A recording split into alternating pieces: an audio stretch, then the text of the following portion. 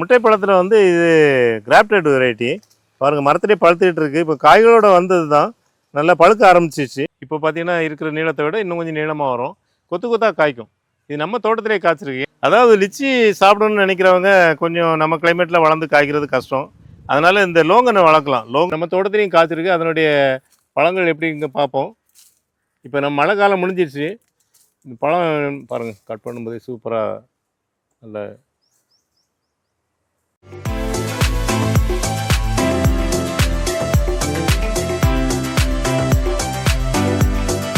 Egg fruit. இந்த முட்டை பழத்தில் வந்து இது கிராப்டட் வெரைட்டி பாருங்கள், மரத்துலேயே பழுத்துக்கிட்டு இருக்குது. இப்போ காய்களோட வந்தது தான் நல்லா பழுக்க ஆரம்பிச்சிச்சு. நான் நல்லா பழமாகலை. நான் பழமான அப்புறம் நான் தனியாக ஒரு வீடியோ பதிவு பண்ணி போடுறேன், ஒரு ஷார்ட்ஸில் போடுறேன். நம்ம சேனலை பாருங்கள். நிறைய பழங்களோட உள்ள செடிகளை கூட நம்ம சேல்ஸ் பண்ணுறோம், சின்ன செடிகளும் சேல்ஸ் பண்ணுறோம். அந்த எக் ஃப்ரூட்டை பொறுத்த வரைக்கும் 200 ரூபாயிலேருந்து செடிகள் நம்ம சேல்ஸ் பண்ணுறோம். இது வந்து கிராப்டட் செடி, ஒட்டு செடி. அடுத்து நம்ம பார்க்குறது ஆல் சீசன் லோங்கன். அதாவது லிச்சி சாப்பிடணும்னு நினைக்கிறவங்க கொஞ்சம் நம்ம கிளைமேட்டில் வளர்ந்து காய்க்கிறது கஷ்டம். அதனால் இந்த லோங்கனை வளர்க்கலாம். லோங்கன் பார்த்தீங்கன்னா நான் எப்போவுமே சொல்லுவேன், கிட்டத்தட்ட அதனுடைய ப்ளஸ் வந்து லிச்சி மாதிரி தான்.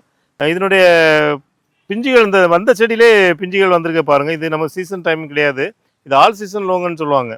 இப்போ 4 சீசன் எப்போவுமே காய்க்குங்கிறதுக்காக அந்தமாதிரி ஆல் சீசன் சொல்லுவாங்க. இப்போ இதில் பிஞ்சுகள் இருக்கிறத பார்க்கலாம். இது எல்லாமே ஒட்டு செடி. ஒட்டு செடிங்கிறதுனால நம்ம கிளைமேட்டில் கண்டிப்பாகவே காய்க்கும். இந்த செடியில் காய்ச்சிருக்கிறத நீங்கள் பார்க்கலாம். அடுத்து நம்ம பார்க்குறது ஸ்ட்ராபெரி கொய்யா. இந்த ஸ்ட்ராபெரி கொய்யா பார்த்தீங்கன்னா பெரிய செடிகளாக வந்திருக்கு.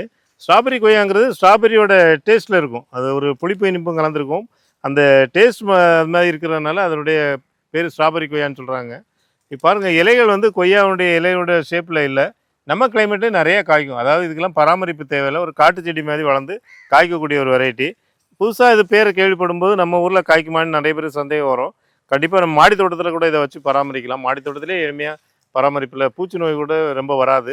ஒரு நல்ல வெரைட்டி தான். இந்த செடிகள் நம்மகிட்ட சின்ன செடிகளாகவும் பெரிய செடிகளாகவுமே இருக்குது. அடுத்து நம்ம பார்க்குறது புவிசார் குறியீடு வாங்கின ஈத்தாமணி தென்னை. இந்த ஈத்தாமணி தென்னை நமக்கு ரெகுலராக வரக்கூடிய ஒரு செடி தான். இது எல்லாமே கவரில் போட்டு வச்சுருக்கோம். கவரில் போட்டுறதுனால நம்ம தோட்டத்தில் வாங்கி வச்சோன்னா அதை பராமரிக்கிறது ரொம்ப ஈஸி. பாருங்கள், அந்த செடியை பெரும்பாலும் நர்சரிகளில் வாங்குகிற செடிகளை இப்படி தூக்கி பிடிக்கிறதே ஒரு கஷ்டம். ஏன்னு கேட்டால் அது வந்து தேங்காய் நார் பயன்படுத்தி நிறைய பேர் போட்டிருப்பாங்க. அப்படிங்கும்போது கவர் தனியாக வந்துடும், செடி தனியாக வந்துடும். இதெல்லாம் நீங்கள் அந்த கவரை ஓப்பன் பண்ணி அப்படியே வச்சிங்கன்னா அந்த வேர் அப்படியே டேமேஜ் ஆகாமல் கிளியராக வரும், ரொம்ப எளிமையாக வளரும். இதனுடைய தேங்காய் பார்த்தீங்கன்னா ஒரு காயோட வெயிட் பார்த்தீங்கன்னா சராசரியாக 600 கிராம் வெயிட் வரும். மற்ற இடங்களில் வரக்கூடிய காய்களில் பார்த்தீங்கன்னா பொள்ளாச்சி காய் அது மாதிரி சொல்லலாம், பட்டுக்கோட்டை காயும் அது மாதிரி இருக்குன்னு சொல்லலாம். ஆனால் பட்டுக்கோட்டையை பொறுத்த வரைக்கும் நமக்கு இந்த புயலுக்கு அப்புறம் நிறைய மரங்கள் அழிஞ்சிச்சு. இப்போ பட்டுக்கோட்டையில் புதுசாக வைக்கிறவங்க கூட ஈத்தாமணி தென்னையை தான் நிறைய வாங்கி வைக்கிறாங்க. ஏன்னா நாட்டு ரகம், பூச்சி நோய் எதிர்ப்பு தன்மையுடையது, வறட்சியை தாங்கக்கூடியது, அந்த மாதிரி காரணத்துக்காக வைக்கிறாங்க. ஈத்தாமணி தென்னையை பொறுத்தவரைக்கும் புவிசார் குறியீடு வாங்கினதுன்னு சொல்கிறோம். எதுக்காக புவிசார் குறியீடு கொடுத்துருக்காங்கன்னா அதனுடைய ஆயில் கண்டென்ட் அதிகமாக இருக்கும். அதே மாதிரி வந்து பருப்புடைய திக்னஸும் அதிகமாக இருக்கும். சராசரியாக ஒரு தேங்காயோடைய வெயிட் வந்து 600 கிராம் வரும். யாரும் நம்ப மாட்டாங்க. நிறைய பேர் இந்த வீடியோவில் நம்ம சொல்லும்போது நம்ப மாட்டாங்க. நான் ஏற்கனவே நாகர்கோவில் ஈத்தாமணிக்கு போயிருக்கும்போது அதனுடைய வீடியோ நான் எடுத்து வச்சுருக்கிறேன். அதை இதில் காமிக்கிறேன் பாருங்கள்.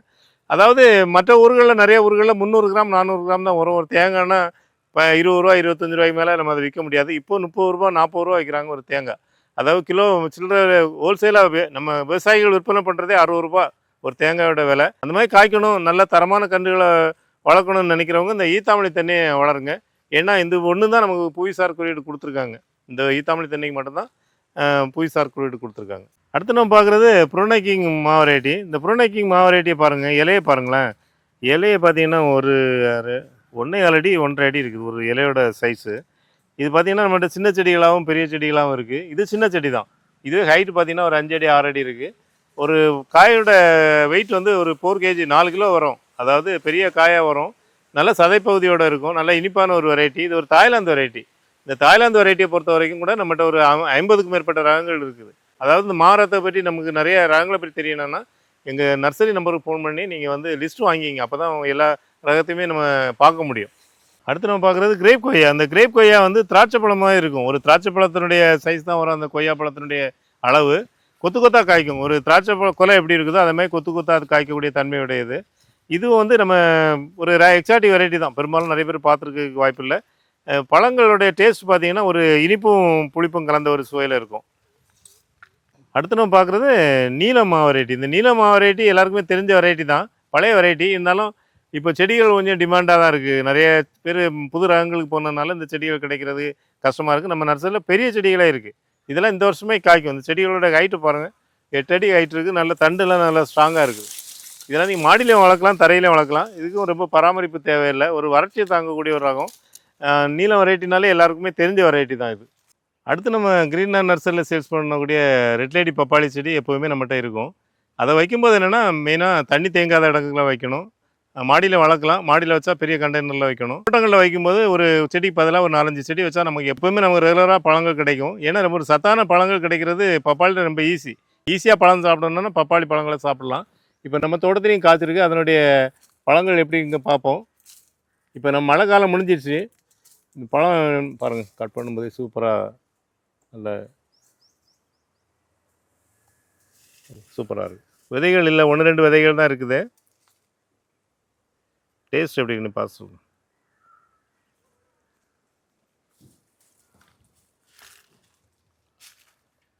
ரொம்ப இனிப்பாக இருக்குது.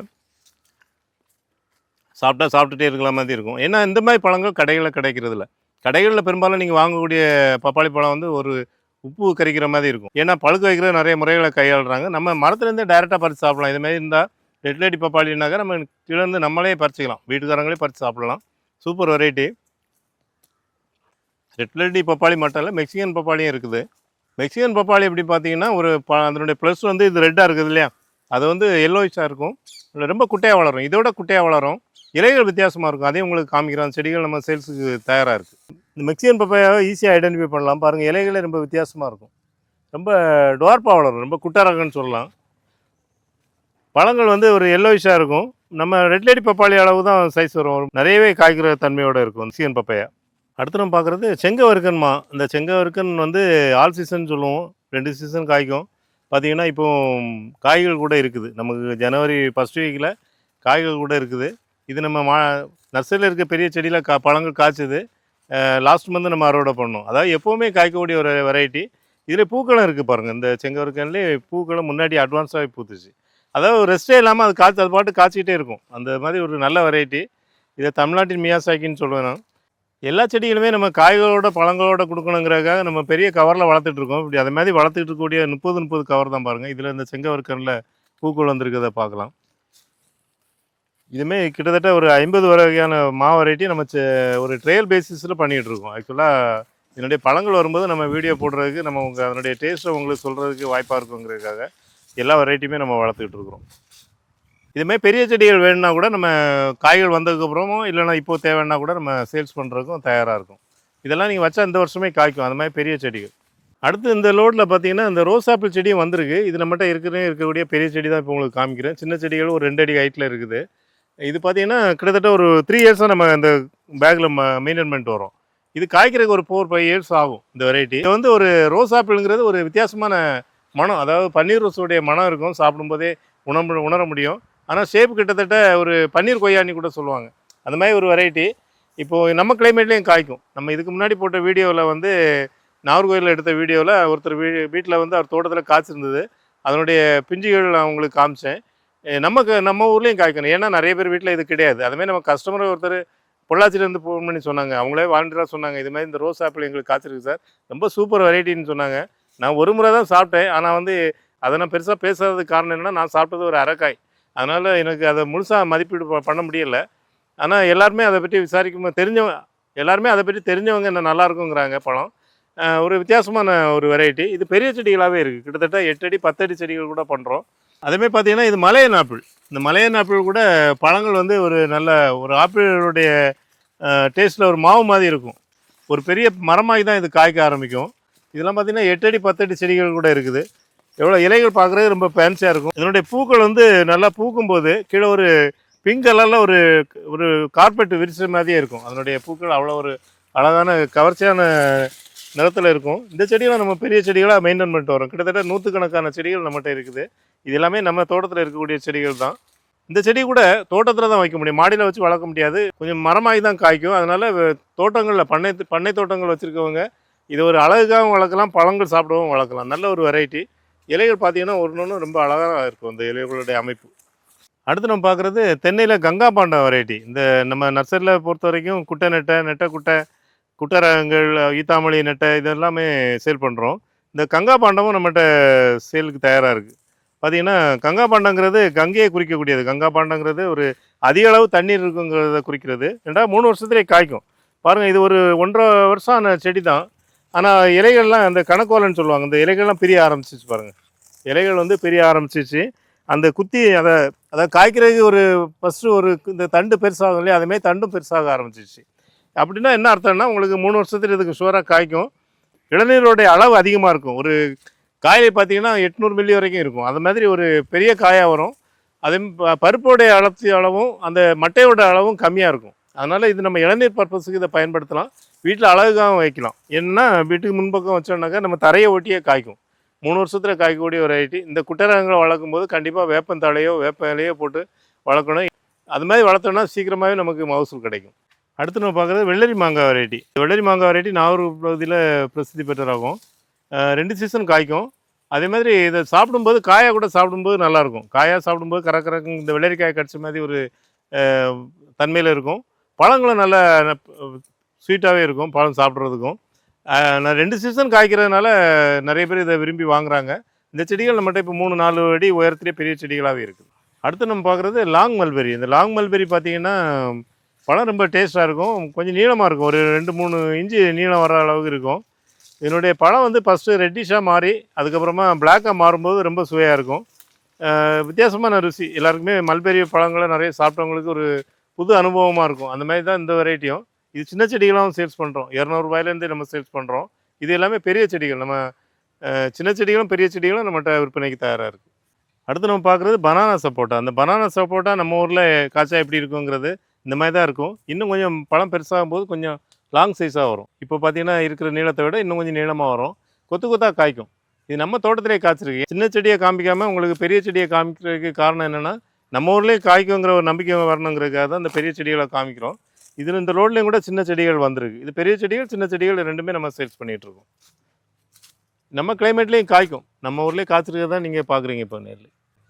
பழங்கள் பார்த்தீங்கன்னா ரொம்ப இனிப்பாக இருக்கும். மற்ற சப்போட்டாவை விட ரொம்ப இனிப்பாக இருக்கும்னு சொல்லலாம். அந்த மாதிரி ஒரு வெரைட்டி. இன்னும் இப்போ செடிகள் வந்து பெருசாக அதாவது கொஞ்சம் வயசாகும்போது பழங்களுடைய சைஸும் இன்னும் பெருசாகும். அடுத்து நம்ம பார்க்குறது ஆப்பிள் பேர். இந்த இலந்தையிலே பார்த்தீங்கன்னா பெரிய பழமாக வரக்கூடிய ஒரு வெரைட்டி. இந்த இலந்தையை பொறுத்த வரைக்கும் ரொம்ப தண்ணி தேவையில்லை. ஒரு வறட்சி பயிர் இது. தண்ணி ரொம்ப கம்மியான அளவு போதும். அதே மாதிரி பட்டிங் செடி இது. இந்த பாருங்கள், இதில் தான் பட் எடுத்து ஒட்டு பண்ணியிருக்காங்க. இப்போ இது கீழே வந்து துளுத்து வரதை நம்ம கட் பண்ணணும். கரெக்டாக கட் பண்ணணும்னா இது வந்து நாட்டு இலந்தை ஆகிடும். இந்த செடியை நீங்கள் ஒருவேளை ஒட்டு செடி வேண்டான்னு விரும்புகிறீங்கன்னா, இந்த ஒட்டுக்காக பயன்படுத்துகிற செடியை வளர விட்டிங்கன்னா அது நாட்டு இலந்தையாக காய்க்கும். ரொம்ப கொஞ்சம் லேட் ஆகும். இந்த ஒட்டு செடிங்கிறதுனால நமக்கு சீக்கிரமாகவே அறுவடைக்கு வரும். எப்போவுமே ஒட்டு பகுதியை நம்ம மண்ணுக்கு மேலே இருக்கிற மாதிரி நடவு பண்ணணும். அப்போ தான் உங்களுக்கு எதுலேருந்து இது வளருதுங்கிறது தெரியும். அதேமாதிரி சப்போர்ட் கொடுக்கணும். இந்த ஒட்டு பகுதி நல்லா ஸ்ட்ராங் ஆகிற வரைக்கும் எல்லா செடிகளுக்குமே எந்த செடியாக இருந்தாலும் நம்ம நடவு பண்ணால் அதுக்கு ஒரு காற்றுல அசையாமல் இருக்கிற ஒரு சப்போர்ட் கொடுத்தா தான் இந்த இடத்துலேருந்து டேமேஜ் ஆகாமல் இருக்கும். அதுமாரி பாருங்கள், நான் எல்லா வீடியோலையுமே இதை சொல்லுவேன். இது இப்போ நமக்கு இந்த மாதிரி ஒட்டுக்கு மேலே நடவு பண்ணியிருக்கிறதுனால தான் இது, அதாவது ஒட்டு செடிக்கு கீழே இருந்து வர்றது நமக்கு தெரியுது. நீங்கள் இது எல்லாமே சேர்த்து மண் போட்டுட்டிங்கன்னா எங்கேருந்து வருதுன்னே தெரியாது. சில செடிகளில் நம்ம இலைகளை வச்சு ஐடென்டிஃபை பண்ணலாம். எல்லா செடிகள்லையுமே அதேமாதிரி இலைகளை வச்சு ஐடென்டிஃபை பண்ண முடியாது. அடுத்து இப்போ நம்ம பார்க்குறது ஆம்பளம். ஆம்பளங்கிறது ஒரு காட்டு மாங்காய், வைல்டு மாங்கான்னு சொல்லுவாங்க. பாருங்கள், இது ஒட்டு செடி தான். இந்த ஒட்டு செடியாக இருக்கிறதுனால சின்னதுலே பிஞ்சுகள் வந்துடுச்சு. இதே விதையின் மூலம் வந்ததுன்னா கொஞ்சம் காய்க்கிறது லேட் ஆகும். பெரிய மரமாகி தான் காய்க்கும். நம்ம அந்த மாடிகளில் வளர்க்குறோன்னா அது வந்து செட் ஆகாது, காய்க்காது. இந்த மாதிரி ஒட்டு செடிகளை வளர்த்திங்கன்னா மாடிலையும் காய்க்கும், தரையிலையும் நிறையா கொத்தாக காய்க்கிற தன்மையோடு இருக்கும். இது வந்து இந்த முறை வந்து நம்ம எல்லாமே ஒட்டு செடிகளாகவே இருக்குது. எல்லாமே செடிகளும் நல்லா இருக்குது. பாருங்கள், எல்லாமே பூ பிஞ்சியோடு இருக்குது. இந்த வீடியோவில் நம்ம ஜனவரி மாதம் வந்த லோடில் என்னென்ன செடிகள் வந்ததுன்னு பார்த்தோம். அது மட்டும் இல்லை, அந்த செடிகள் காய்ச்சி அதனுடைய பழங்கள் எப்படி இருக்கும், காய்கள் எப்படி இருக்குங்கிறதையும் நம்ம பார்த்தோம். இதில் உங்களுக்கு ஏதாவது சந்தேகம் இருந்தாலும், இந்த மாதிரி செடிகள் ஏதாவது தேவைப்பட்டாலும் எங்கள் நர்சரி நம்பர் 9841-986-400 நம்பர் கான்டாக்ட் பண்ணுங்கள். எங்கள் நர்சரி வந்து செங்கல்பட்டு மாவட்டம் கூடுவாஞ்சேரியில் இருக்குது, சென்னைக்கு பக்கத்தில். நீங்கள் சென்னைக்கு வரதா இருந்தால் நீங்கள் நேரடியாக வந்து கூட செடிகளை வாங்கி பயன்பெறுமாறு அன்புடன் கேட்டுக்கொள்கிறேன். நன்றி, வணக்கம்.